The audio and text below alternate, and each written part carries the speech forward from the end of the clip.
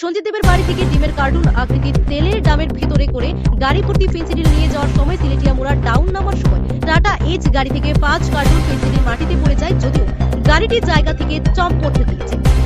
এলাকার লোকজন দেখতে পেয়ে খবর দেয় বিচারগঞ্জ থানার পুলিশের কাছে। বিচারগঞ্জ থানার ওসি সুবিমল দেবরাজের নেতৃত্বে সিলেটিয়া মোড়া সঞ্জিত দেবের বাড়িতে ছুটে আসেন। সঞ্জিত দেবের স্ত্রী শিপ্রা দেব বলেছেন, তার স্বামী পরের বাড়িতে কাজ করেন, কিন্তু তারা এসবের সাথে জড়িত। তাদেরকে প্রত্যেক মাসে 15,000 টাকা ঘর ভাড়া দেওয়া হয়। সেই ঘর ভাড়া বাবদ ফেন্সিডিলগুলি ঘরে রাখা হয়।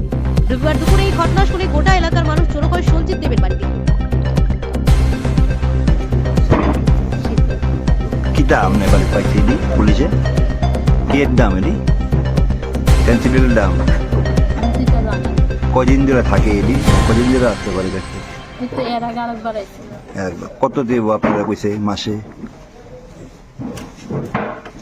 মাসে কত দেব কইছে 1 মাসে 15,000। আপনার স্বামী কিটা করে কৃষি কি কাজ করে স্বামীর নাম কি